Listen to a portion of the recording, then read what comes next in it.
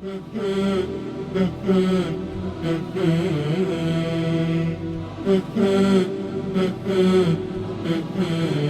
më të mira, të vërteta, të sinqerta janë të Allahut. E udhëzimi më i mirë është i Muhamedit sallallahu alaihi wasallam. Dhe veprat më të këqija dhe të kota të sherrit janë risit, bidatet.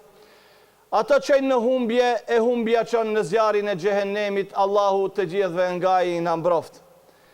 Vëllezër të dashur në Islam, ne edhe në këtë hutbe do të flasim për disfatën psiqike, shpirtërore, e mbrëmshme, e cila e then njeriun dhe nuk mundet mo me lëviz, me mendu, me qarkullu dhe me zhvillu, me përparu dhe me u tregu bile edhe se jeton. Shkurtimisht folem për simptomet e atyre e asaj disfates psikike, shpirtërore, e kështu me radhë. E para tham kush ishte imitimi i verbër i të tjerve. Pika numër 2 ishte pasiviteti, braktisja e urdhrit për të mirë dhe ndalesës nga e keqja. Pika numër 3, apo simptomi numër 3, kush ishte? Ishte dëshpërimi nga mundësia e ndryshimit, por i dëshpëruar. Dhe e katërta, frika, turpi, droja, nga shfaqja identitetit islam.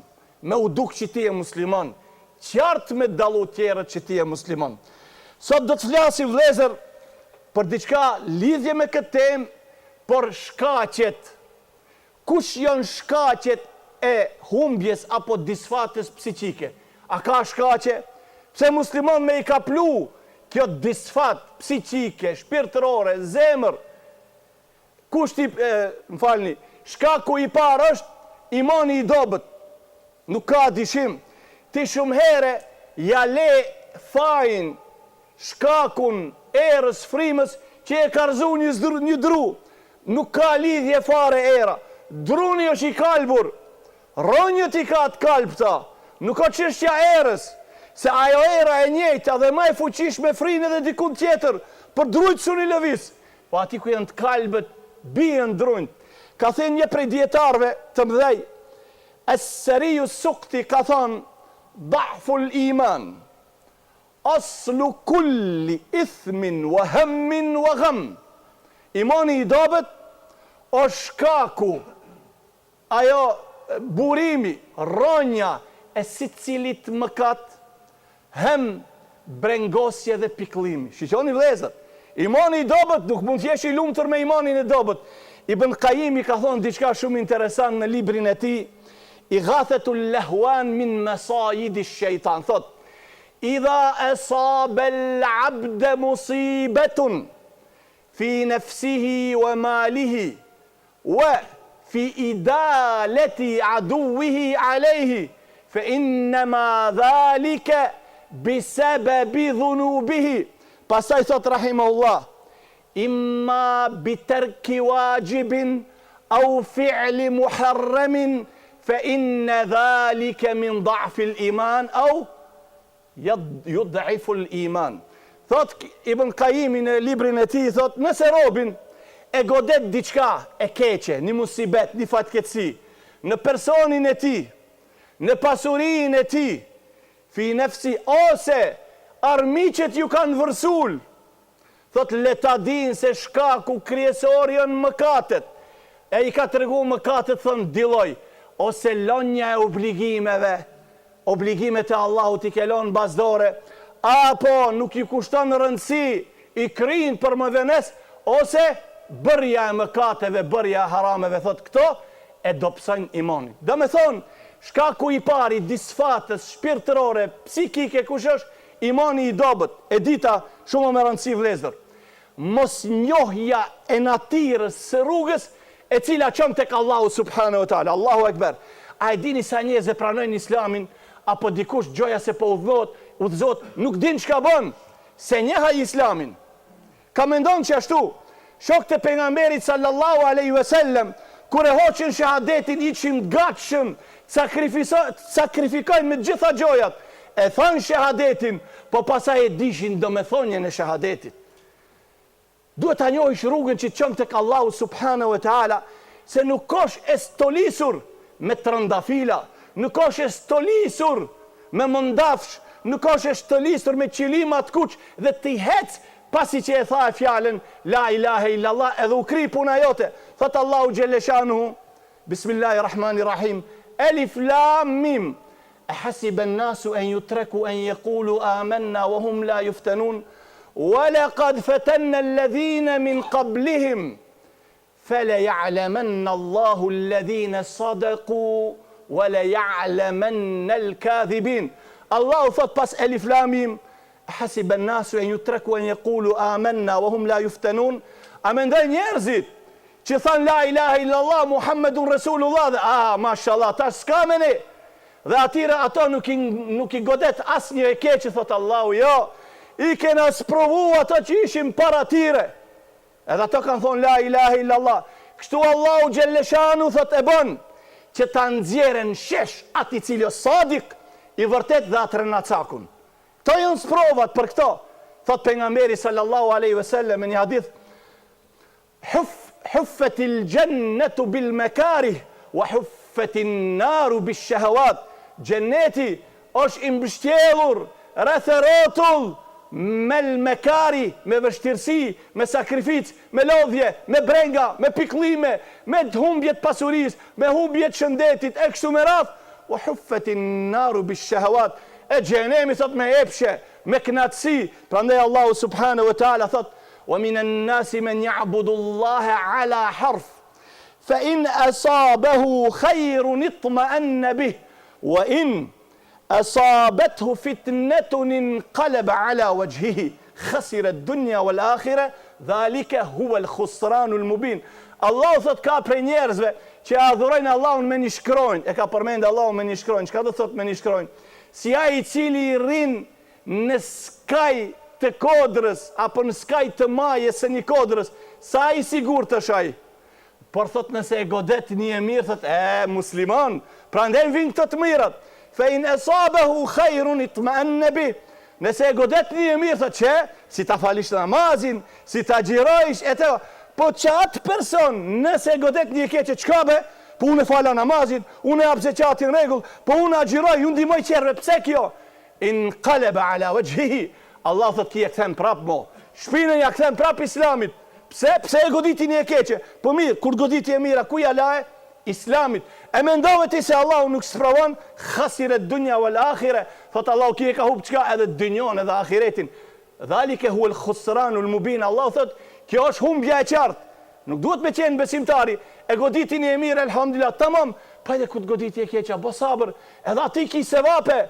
Bile ki e sevape, nëse je durimtari sinqert, më shumë se sa kur e ke falemendru Allahun, kur të ka ndodhë të mirat. Se kur të ndodhin të mirat, si cili e falenderon Allahun. Elhamdulillah, bile dikush asfalet, elhamdulillah, veç qohet ka vendi, kur e sheki, veç qohet ullet. A i se falen namazin, po e kanë godit do të mira. I ka dhonë Allahu xheleshanu, për me esprovu dhe ki veç qohet e falenderon Allahun me gjuh, a me gjimtirët e trupit as pak. Kjo vlezër ishte qka? Ishte, dhe me thonë, shkaku i disfatës psiqike. Dhe me thonë, mos njohja e natyrës. Kjo rruga për Allah e ka natyrën e vete, që qënë deri te Allahu subhanahu wa taala. Si që është e vështirë. Treti është, i thonë, gjuhën arabe, treshja. To janë tre gjëra. Pa aftësia, përtatësia dhe dobësia. El ajz, wal kesel, wal wahn.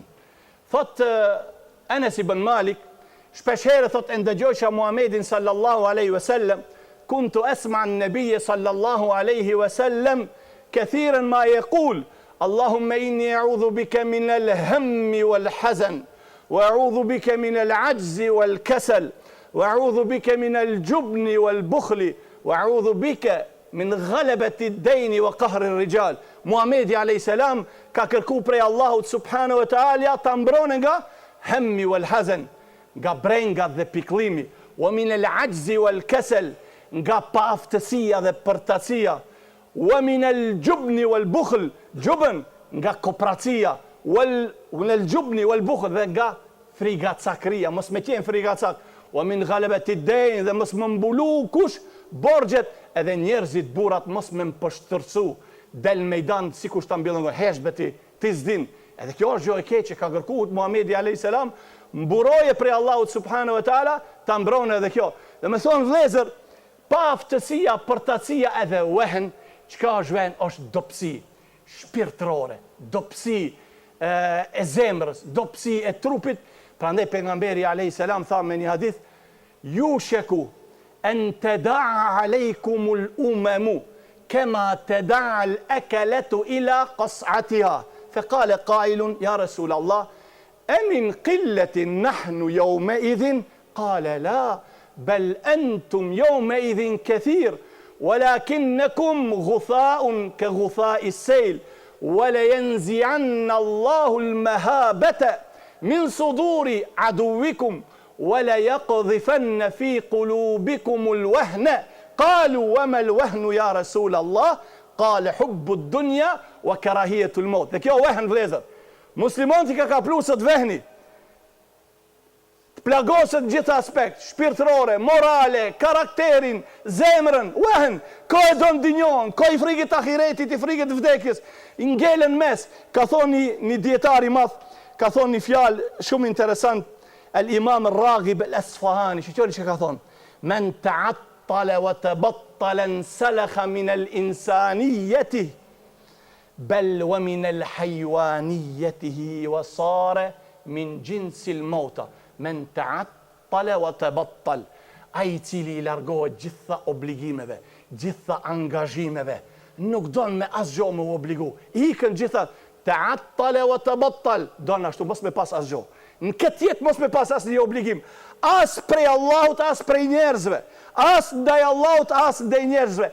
In salakha min al-insaniyatihi, thot është zhveshur nga njerëzillëku, njerëzimi I tij, wa min al-hayawaniyati fa asbaha min jinsil mauta, edhe prej nuk llogaritet thot as prej njerëzve, as prej gjallësave, llogaritet një lloj sikurse është I vdekur. Kjo vëllezër treshi është I rrezikshëm. Domethënë shkaku treç çka kush ishte pa aftësia, përtatësia edhe çka dobësia shpirtërore e kështu me radhë.